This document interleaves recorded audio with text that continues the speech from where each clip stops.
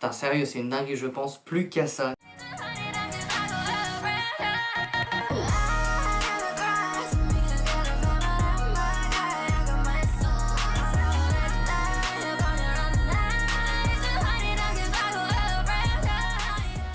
Bonjour à tous, j'espère que vous allez bien.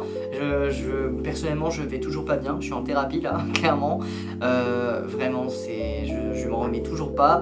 Je comptais faire une vidéo déjà depuis quelques jours, mais elle aurait été trop subjective, voilà, j'aurais pas pu vraiment faire une vidéo complète. Là, je me suis dit, bon allez, tu en fais quand même une. Et ouais, non, ça fait une semaine bientôt que ce return, que ce moment très très douloureux pour nous tous est passé.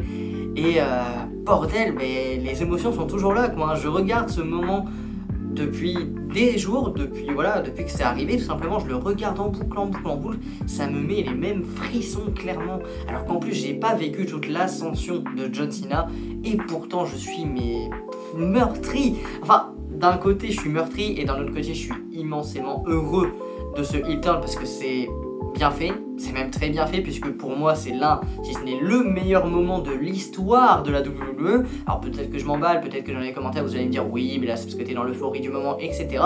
Peut-être, mais en tout cas top 5 des moments de l'histoire de WWE, ça je pense que je m'emballe pas, parce que franchement tu fais tourner le face par excellence. Tu t'aurais fait tourner Cody, ça aurait eu de l'impact, ça aurait été génial, l'un des meilleurs moments de 2025 sans aucun doute.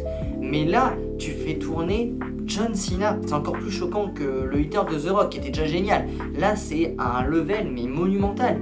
Tu fais vraiment tourner le face, en fait, le face par prototype, par excellence. Tu le fais tourner dans un moment où on s'y attend pas, parce que c'est son dernier run, on se dit ouais, ça va être les émotions, etc.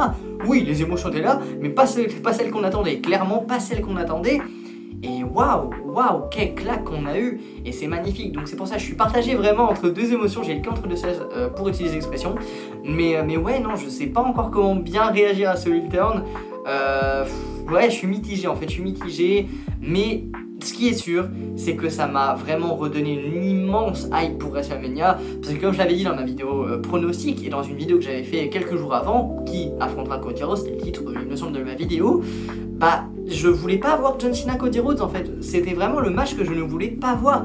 Si on m'avait proposé tous les matchs possibles contre Cody Rhodes, enfin d'adversaires contre Cody Rhodes, donc Drew McIntyre, John Cena, CM Punk, Logan Paul, Damian Priest, etc. À part Logan Paul, j'aurais dit aucun match qui me plaisait moins que John Cena, Cody Rhodes, parce que c'est vraiment le face contre face et ça me plaisait pas du tout, vraiment, je voulais pas partir vers ça. Et d'ailleurs au début j'ai été un peu dégoûté, j'étais même totalement dégoûté de la victoire de John Cena. Et là, depuis ce heel turn, j'ai hâte de voir cette rivalité, j'ai hâte de voir ce match, j'ai hâte de voir ce qu'ils vont nous proposer pendant les promos. C'est devenu la rivalité que j'attends le plus en ce début d'année, et l'une des rivalités que j'attends le plus depuis que je regarde le catch limite. C'est vraiment, j'attends de voir les deux dans le ring en fait. Déjà là à SmackDown il y aura Cody Rhodes, alors je tourne cette vidéo avant SmackDown, hein. À SmackDown il y aura Cody Rhodes qui va s'exprimer après l'attaque. Et j'ai hâte de voir ce qui va se passer. En plus John Cena est annoncé dans le Raw du 17 mars. Et apparemment, d'après les rumeurs, The Rock devrait l'accompagner. C'est les rumeurs, après voilà, c'est pas sûr, mais il devrait l'accompagner. Donc ça pourrait être génialissime de voir vraiment les trois encore une fois sur le ring. Et de voir aussi Travis Scott, pourquoi pas. Non, par contre Travis Scott, je pense qu'il peut avoir une importance pour le nouveau thème, parce que je pense que John Cena va tout refaire, hein, y compris sa coupe de cheveux d'ailleurs. D'après les rumeurs, il devrait être chauve. Pourquoi pas, bald for business, hein, voilà. Mais ouais, du coup je pense que Travis Scott pourrait jouer un rôle sur sa nouvelle musique d'entrée, sur son nouveau thème d'entrée. Ça pourrait être vraiment cool, vraiment judicieux de la part de la WWE de faire ça. Mais ouais, du coup pour parler de ce heel turn, ouais, franchement je suis trop content.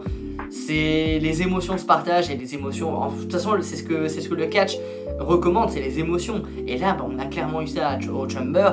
Et que demander de plus? En plus, je l'ai pas dit lors de ma vidéo review, mais je me suis fait spoiler. Je n'ai pas regardé le show en direct malheureusement, parce que j'étais à une soirée et j'ai fait l'erreur d'ouvrir Twitter parce que j'avais complètement oublié que c'était le Chamber, qu'on était en plein Chamber, même après le Chamber. Et là je vois John Cena heel. Ah bon? Et pourtant j'étais tout aussi choqué. Et après je l'ai regardé une deuxième fois avec mon beau-père en direct. On a regardé tout le show et j'avais les frissons. J'avais pas les larmes aux yeux, mais vraiment j'étais meurtri.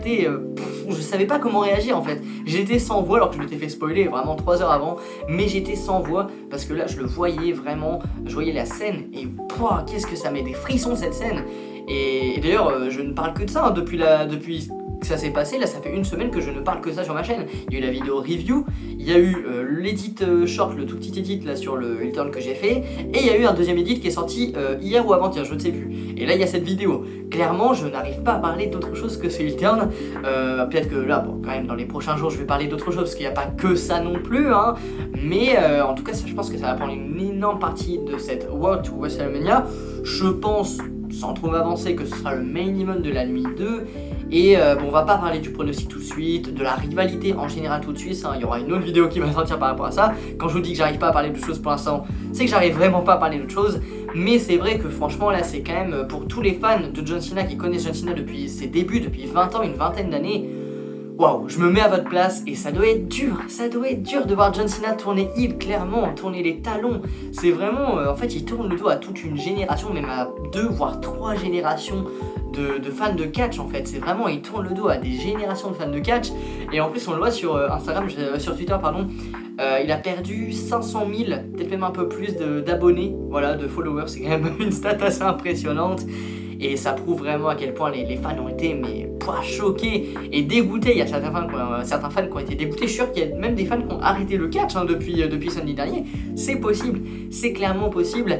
Et bon, c'est quand même une erreur je trouve, parce que enfin je veux dire, quand tu vois justement ce moment, moi personnellement ça me redonne envie ça me donne envie de m'investir encore plus dans la WWE, dans tout ce que la WWE fait et dans tous les programmes de la WWE. Clairement, bien que je le suis déjà, hein, clairement sinon j'aurais pas une chaîne de foot par rapport à ça, mais ouais là franchement c'est un moment monumental qui restera gravé je pense voilà, pendant des dizaines d'années. Je pense que dans 10 ans on en reparlera, dans 20 ans on en reparlera, dans 30 ans on en reparlera, et c'est normal parce que bah voilà, c'est un moment unique en son genre clairement. Et je suis tellement heureux d'avoir vu ça. C'est Asturi qui disait dans son live react, remerciez votre vie d'avoir vécu assez longtemps pour voir ça, mais totalement vraiment, en même temps si heureusement, parce que bon j'ai que 17 ans, donc heureusement que ma vie ne s'arrête pas là, mais ouais non franchement c'est sûr que waouh, ce qu'on a vécu c'est quand même historique, et là on peut le dire, c'est vraiment historique, tout en majuscule clairement.